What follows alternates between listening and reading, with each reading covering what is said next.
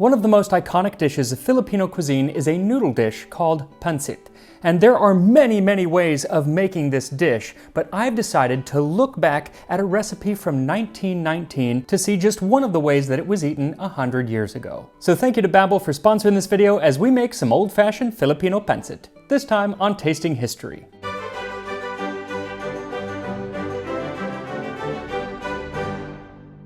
So there is no one way to make this dish. There are dozens and dozens of variations across the Philippines. They can have different types of meat, from pork to seafood. They can have different types of noodles. Some are more like a noodle soup, while others are more like a stir-fried plate of noodles. And that is the type that is mentioned in a textbook for girls in the public intermediate schools of the Philippines, which was published in Manila in 1919. It gives a list of ingredients and then says, cut the bean cake in small pieces, peel the shrimps, pound the shells in a mortar, strain the juice and save it. Cook the pork, add the bean cake, saute the shrimps. When cooked, remove them and the bean cake from the karahay. Fry the onion and the garlic, remove from the karahay. Put the pork, the shrimps, and the bean cake in the karahay, add the patis, cook a few minutes. Soak the bihon in water 4 minutes, wash the miki, add the miki and the bihon to the mixture in the karahay. Add the shrimp liquor. Cover and cook slowly 10 minutes, serve with fried garlic and with slices of boiled egg. Cut the calamansis in halves and serve with pancit.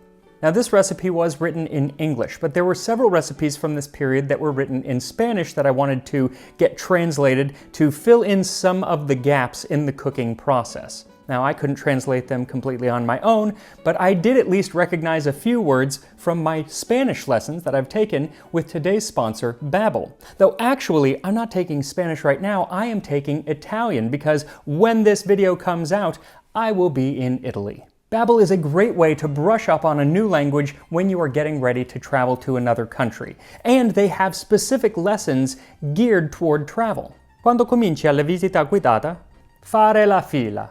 That means to stand in line, and since I'm going to Rome in the Jubilee year, I'm going to guess I'm going to be using that phrase a lot. But Babbel isn't just for travel. It's also wonderful for learning a new language for business, or if you want to talk to a family member who speaks another language, or for what I think is the best reason to do anything, just for self-improvement, to learn something new. Learning a new language is really good for the gray matter. With their assortment of short 10-minute lessons, games, podcasts, and live online classes, Babbel is a great way to learn a new language no matter how you like to learn. So to start speaking a new language in as little as 3 weeks, just click my link in the description or scan this QR code and you will get 60% off of your subscription.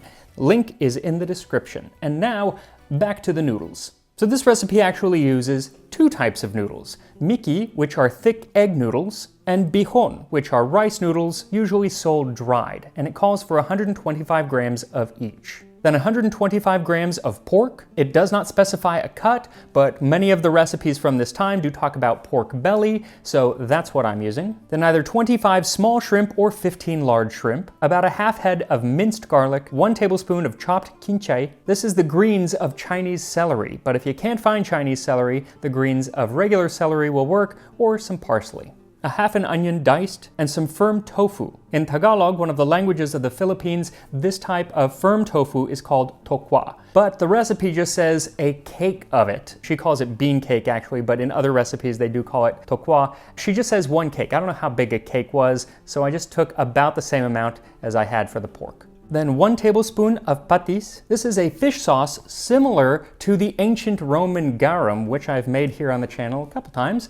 And it adds this kind of salty umami-ness, and it is very common in Filipino cuisine. Then 1 hard-boiled egg and 6 calamansi. These are small, sour citrus that are grown in the Philippines. Sometimes you'll get them and they're still green, but then when they ripen up, they become this vibrant orange. And they are quite sour. They're actually more related to the kumquat than anything. But if you can't find them, they are hard to find, then you can just use a lime in a pinch. Now the main cooking tool for this recipe is the karahay, which is a type of wok. And the bigger the better. They make these things absolutely huge. Obviously I don't have that, I have a fairly small one, but the bigger the better, but a small one will work. You can actually also just use a nice big pan.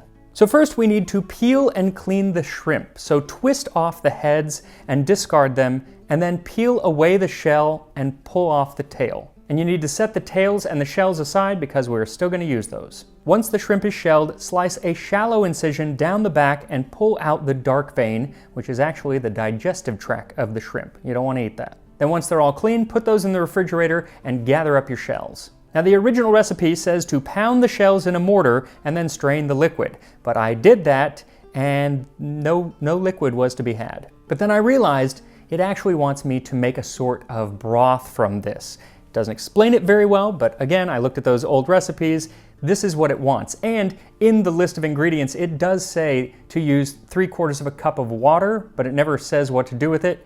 This is what we're doing with it. So add the water and the shells to a small saucepan and bring it to a simmer. Mash the shells down every minute or so as you simmer for about 10 minutes, and then pass that through a strainer, and that, I'm pretty sure, is what the recipe refers to as shrimp liquor, which in 1919, I feel sounds like a little jab. Hey, you shrimp liquor. Once you have this made, slice the tofu and the pork into small pieces, and then add some oil, or more traditionally at the time, lard, to the wok and heat it up. Once the oil is hot, add in the pork and stir it around as it cooks. It should be on high heat so it gets some nice good color in just a minute or two. Then add in the tofu and do the same. Then you can add the shrimp, but only if you have a big wok. Mine is fairly small and I don't want it to get overcrowded, so I took the pork and the tofu out and then I added the shrimp and let them cook for a couple minutes until they had some nice color on them. Once the shrimp is cooked, then you do want to remove that and add in the onions and the garlic, stirring them in the oil and cooking still on high heat until they're all nice and browned. Should be quick though, just a minute or two. Then turn the heat down to medium and add back in the shrimp, tofu, and pork along with the kinchay or celery leaf. Then mix everything so nothing is sticking to the bottom of the wok, and then add in the patis. Let this all cook together over medium heat for a few minutes. While it cooks, soak the dried bihon noodles in cold water for 4 minutes, and if the miki noodles are dry, then you want to soak them too. I found fresh, and that is what the recipe talks about. Once they've soaked, add them both to the wok. Again, if you have a really big one, then you add everything in and you're good to go. I couldn't do that, so I added in about half of one of the noodles, let it cook for a moment so it kind of cooked down, and then added in more until I could get everything in there. Once all of the noodles are added, pour in the shrimp liquor. Give everything a good toss so everything is coated, and then cover the wok with a lid and lower the heat and let it simmer for about 10 minutes. Now this dish, pancit, is decidedly Filipino. It is part of Filipino cuisine, but its origins actually come with people who came to the Philippines. Like many of the dishes in Filipino cuisine, this one specifically came with the Chinese. The Chinese had been visiting the Philippines since at least the 9th century and were immigrating there in numbers by the 15th century. There was already a large population, mostly from the Canton region, in and around Manila when the Spanish arrived and conquered the city in 1570. Now, it didn't take very long before the relatively few Spanish colonists began to feel uneasy about this much larger Chinese population, so they decided to confine them to an area known as the Parian. This was surrounded by walls where the population could be locked in at night. This was followed by another Chinatown called Binondo, which was originally meant for Chinese Catholics, and it is still the Chinatown in Manila today. Both of these areas are where the first mentions of pancit come from, namely because they were home to many restaurants that sold pancit called panciteria. Now, of course, people could make their own pancit at home, but at this time, and really for the next few centuries, most people seem to get their noodles at a panciteria. There's a document, a Spanish document from 1847 that talks about the native population of the Philippines going to these restaurants and eating this dish. It says, among the many stews that the natives eat and that the Chinese generally sell is the one they call pancit, made with rice and wheat paste in the form of thick noodles, and stewed with minced pork and various gulay, a species of bean from the country, and sold to customers at 3/4 of a coin. It also says that while the natives of the Philippines eat most of their food with their fingers, pancit is different because when they eat pancit, they use a type of stick called sipit, with which they can carry the food to their mouths. The Chinese always eat with these sticks, and they handle them with great skill.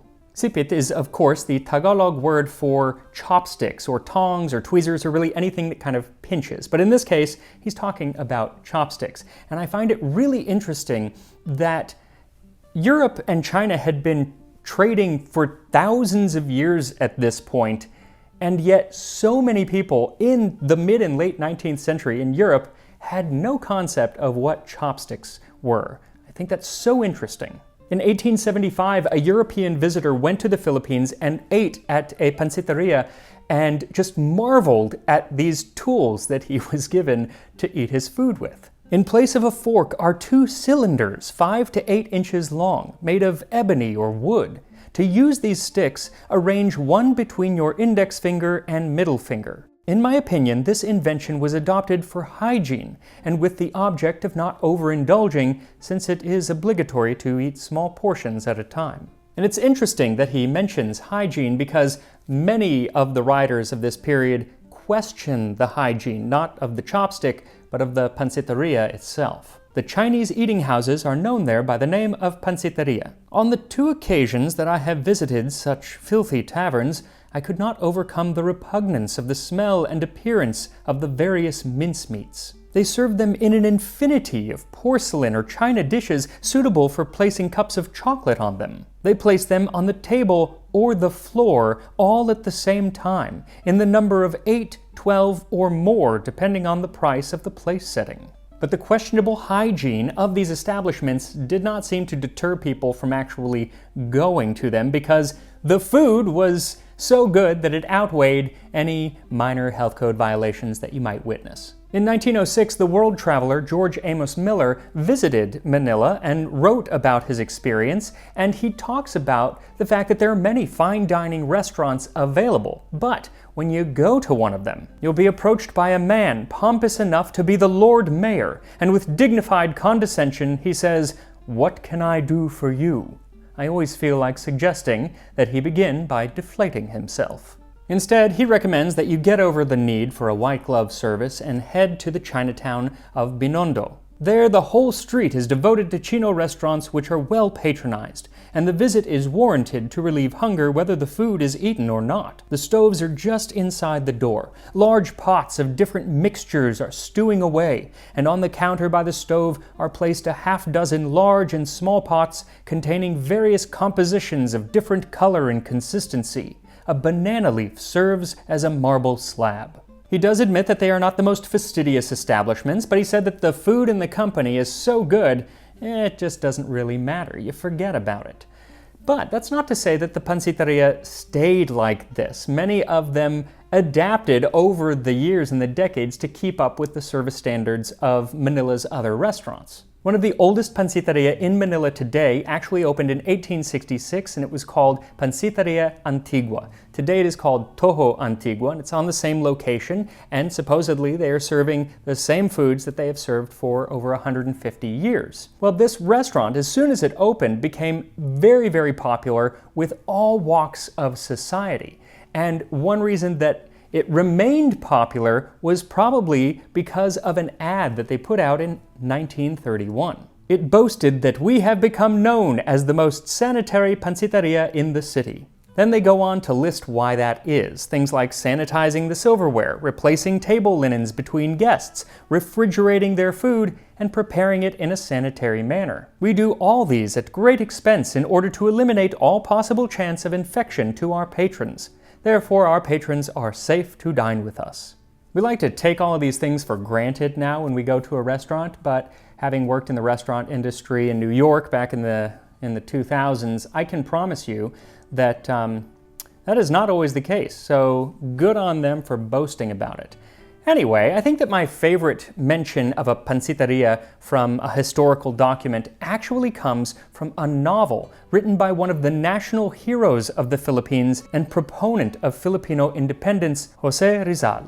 In his 1891 novel, El Filibusterismo, there is a group of students who are intent on opening a language school to better educate the poorer Filipino population. But the Spanish government and the church are hesitant to let this happen. Finally, they do agree to open a school, but they don't want any of the teaching done by the native Filipinos. They want it done by the Dominican friars. Well, the students decide that this is better than nothing, so to celebrate their partial victory, they start discussing places to go have a party. And one of the more pessimistic students chimes in, saying, "No, gentlemen," observed Pescon with his clownish grin. "To celebrate the event, there's nothing like a banquet in a panciteria, served by the Chinese men without camisas. I insist, without camisas."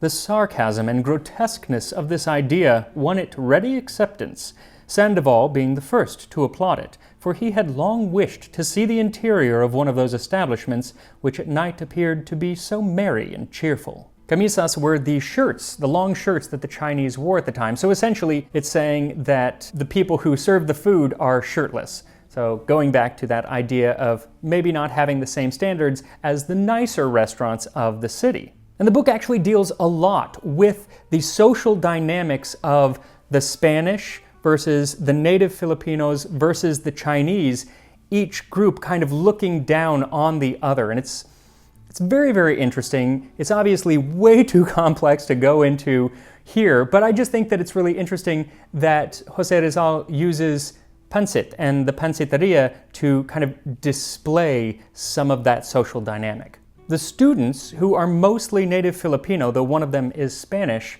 look down on this Chinese restaurant, yet are fascinated with it and really want to go and try the food.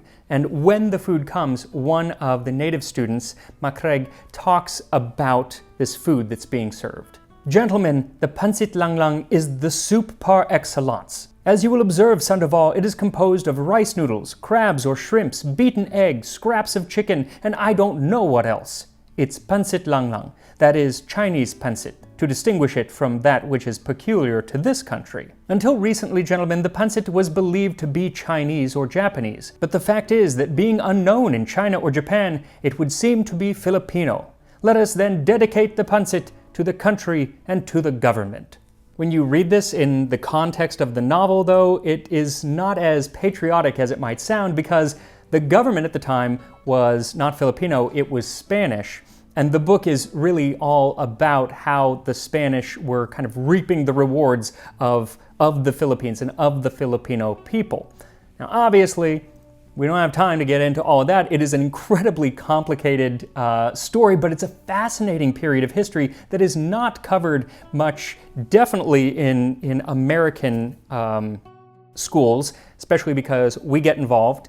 It is not our finest hour, but it is a fascinating period, and so I am going to put a couple links in the description to some videos that really cover the topic very well as specifically José Rizal. Now, to this day, the panciteria is going strong in Manila. They're all over the place. They're very, very popular. Unfortunately, the panciteria that Rizal mentions in his book, and it was a real establishment, it was called Panciteria Macanista de Buen Gusto. It is abandoned, and it's very sad. But other locations from that period do survive. Now, I have never been to a panciteria, but I have had it made at home, and I think that that's probably the best version.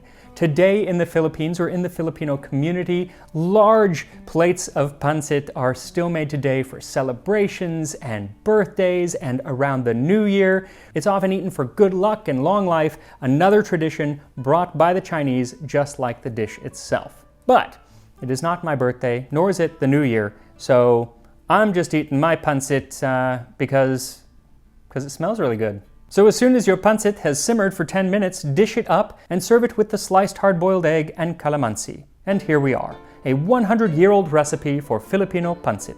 The noodles are kind of stuck together, so it's hard to get it all, but I'm gonna try. Here we go.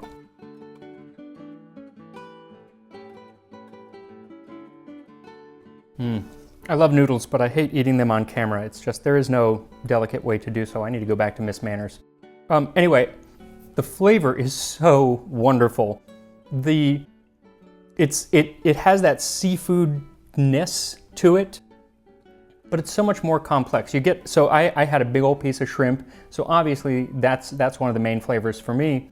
But that shrimp liquor and the patis, it just adds such a complicated flavor to it. It's almost earthy and sweet at the same time is kind of the way that I would describe that flavor. What I really like about it though are just the noodles themselves. I mean, they're noodles, but it's the texture. Now, I have only ever had pancit where it is just the bihon, which are the very thin rice noodles. I find that that is probably more common, at least in the circles I run in, and I like that texture. It's really nice. The miki, sometimes other like canton noodles, they are just thicker. They're more like Chinese noodles, whereas these I feel are specific to pancit. They're not, but I feel like they are. Also, I really want to try one of these calamansi.